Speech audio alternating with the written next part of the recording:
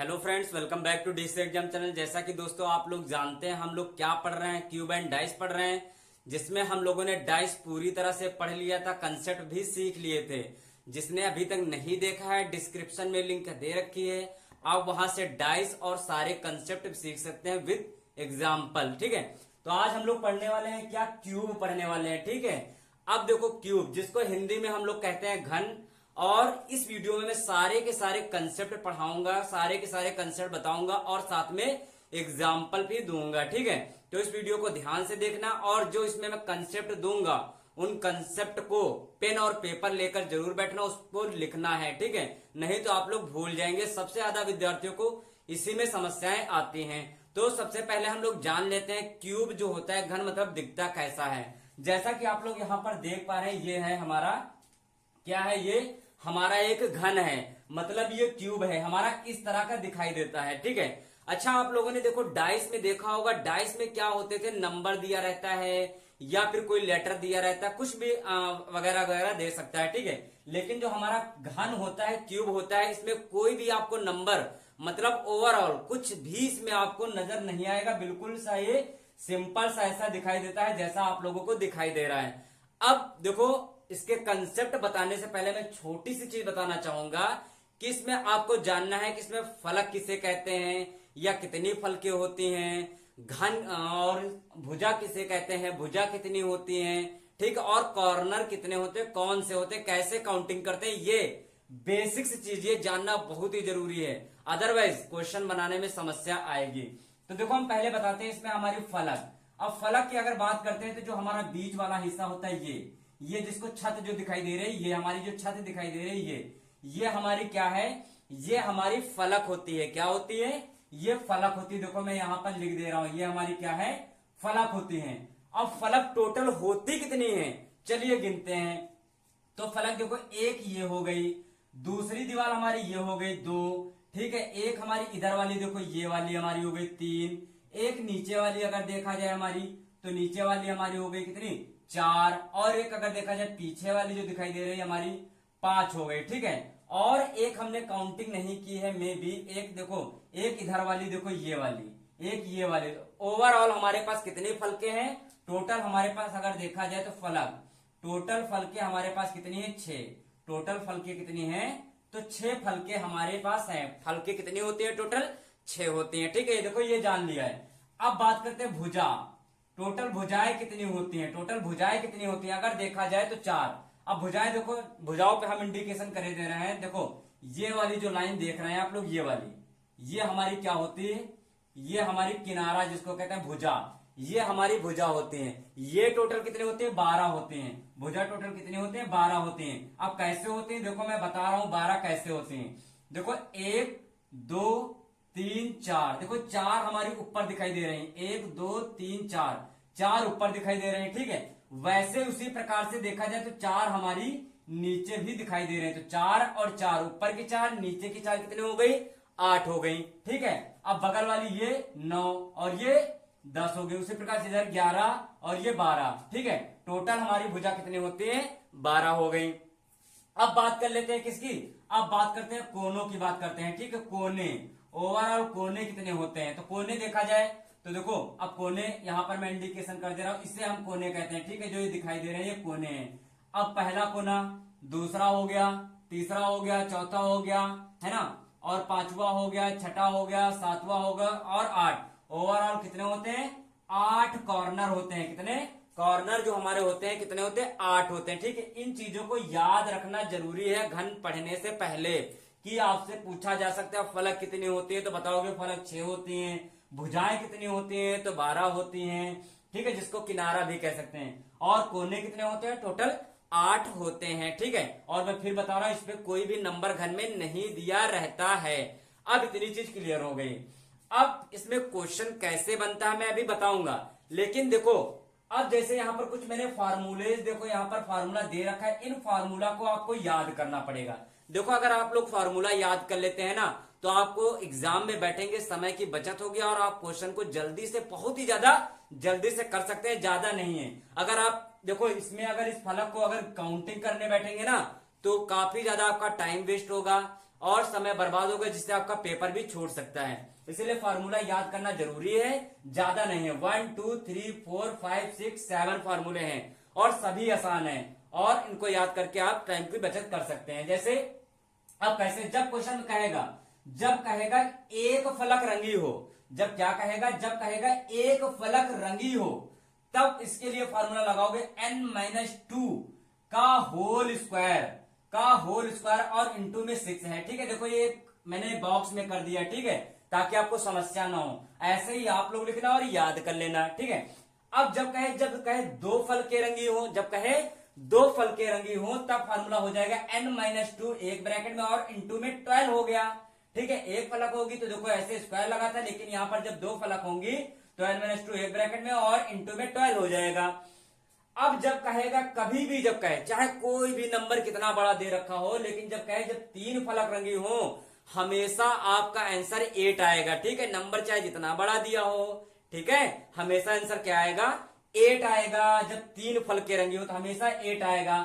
अब जब कह रहा है जब कोई भी फलक रंगी ही ना हो, जब कोई फलक रंगी ना हो, तो उसके लिए फॉर्मूला होता है n-2 का होल क्यूब हो जाएगा एक ब्रैकेट में। ठीक है, ये दूसरा।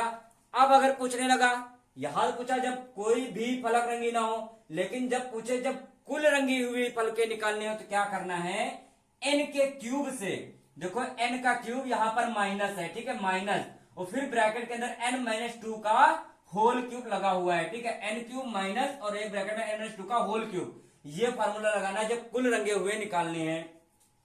और फिर एक फार्मूला होता है कुल घनों की संख्या निकालनी हो, तो क्या होता है, n का क्यूब हो जाएगा। जब कहे कुल घनों की संख्या, तब n का क्यूब हो जाता है।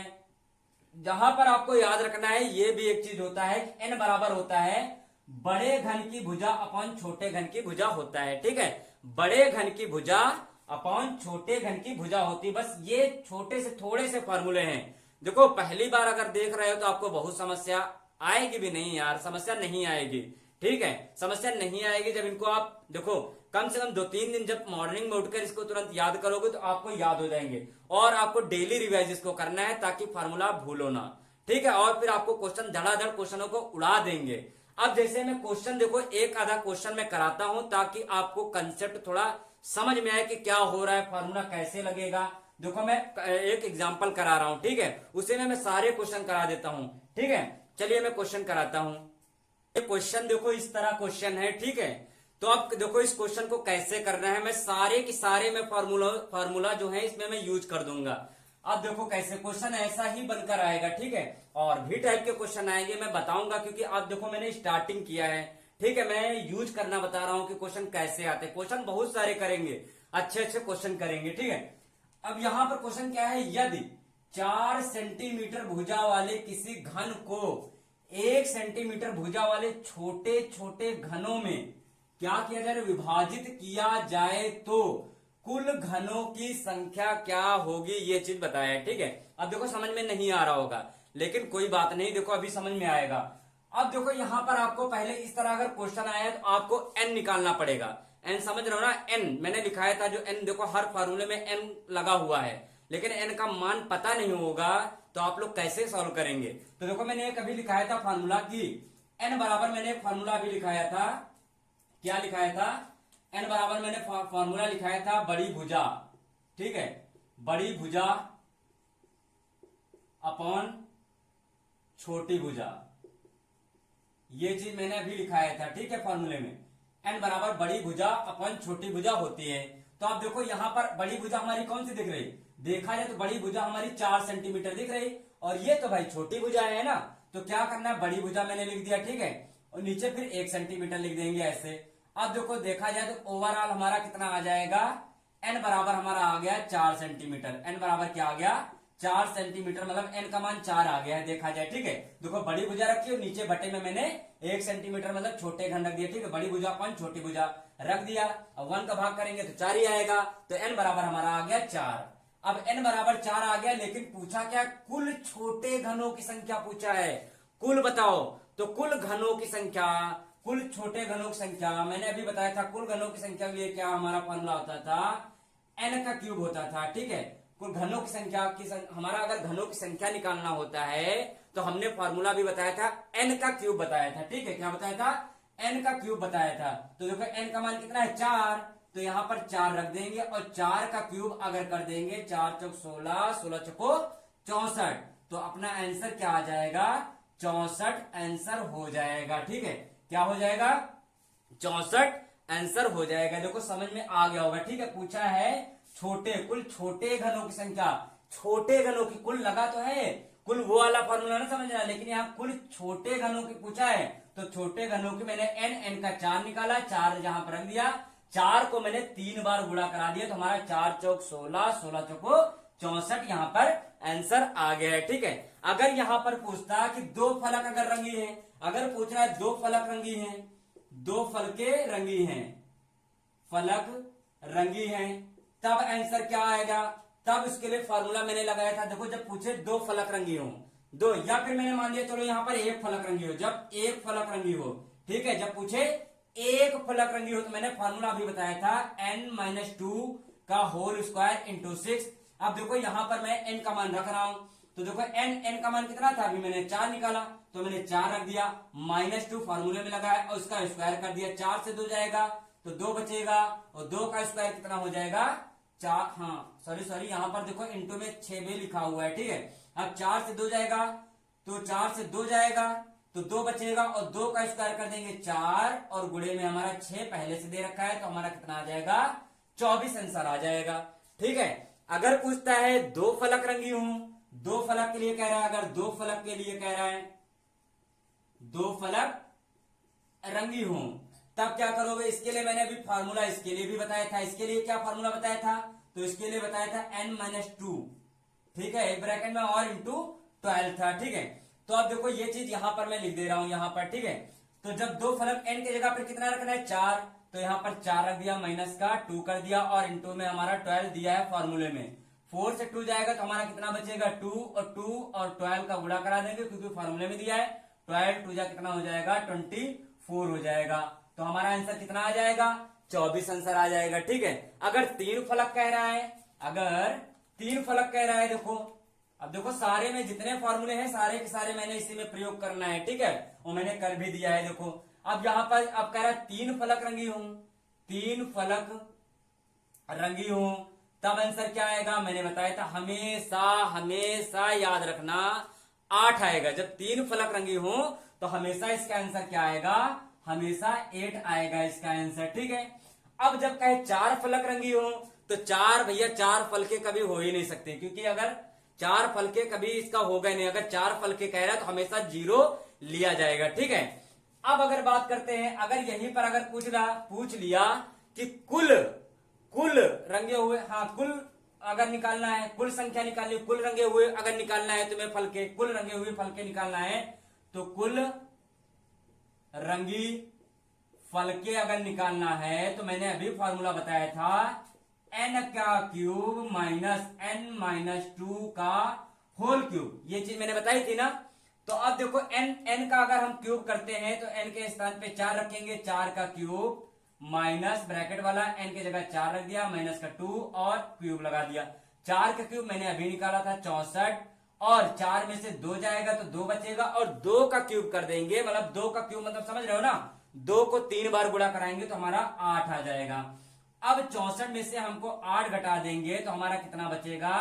तो 4 जाएगा, इधर हमारा 56 आएगा। कितना आएगा? 56 आंसर आ जाएगा। ठीक है, तो देखो ऐसे हम लोगों ने प्रयोग कर लिया, केवल आपको n का मान पता होना चाहिए। अब n का मान कैसे निकलेगा? देखो मैंने निकाल के भी बता दिया n का मान, बड़ी भुजा और छोटी भुजा। ठीक है, क्योंकि छोटे छोटे टुकड़ों में काटा जा रहा है, मतलब एक सेंटीमीटर के छोटे छोटे घनों में विभाजित किया जा रहा है, काटा जा रहा है या बांटा जा रहा है। ठीक है, तो मैंने भाग करके n का मान देखो निकाल लिया है। फिर मैंने देखो पहला, दूसरा, तीसरा, कुल सारे के सारे फार्मूले भी प्रयोग कर दिए और आंसर भी आ गए। आशा करता हूं आपको समझ में आ गए होंगे और आप लोगों ने फार्मूला भी लिख लिया होगा, और जो भुजाएं फलके जो कॉर्नर थे वो भी लिख लिया होगा। ठीक है, इन चीजों को प्लीज याद जरूर कर लेना, नहीं तो मैं फिर बता रहा हूं क्वेश्चन बनेंगे नहीं। तो देखो आज मैंने छोटा सा, देखो इस वीडियो में केवल मैंने सारे के सारे कंसेप्ट क्लियर कर दिए हैं। कल हम लोग क्वेश्चन करने वाले हैं, कल भी करेंगे और इससे पहले भी 2 सेशन में क्वेश्चन कराऊंगा। ठीक है, क्योंकि पहले सेशन में कंप्लीट नहीं हो पाएगा और अच्छे अच्छे क्वेश्चन आएंगे, आपको करना भी है और समझना भी है और कंसेप्ट मजबूत भी करना है। तो इन चीजों को जरूर लिख लेना जो आज मैंने बताई है और इनको लर्न कर लेना, अच्छे से याद करना, तो कल फिर आप लोग फटाफट क्वेश्चन को बना लेंगे। तो दोस्तों ये सेशन कैसा लगा है? अगर सेशन अच्छा लगा है तो लाइक कीजिएगा, कमेंट में जरूर बताइएगा। चैनल पे नए हैं तो चैनल को सब्सक्राइब करें, बेल आइकन को भी प्रेस करें। आज के लिए इतना ही रखते हैं, धन्यवाद।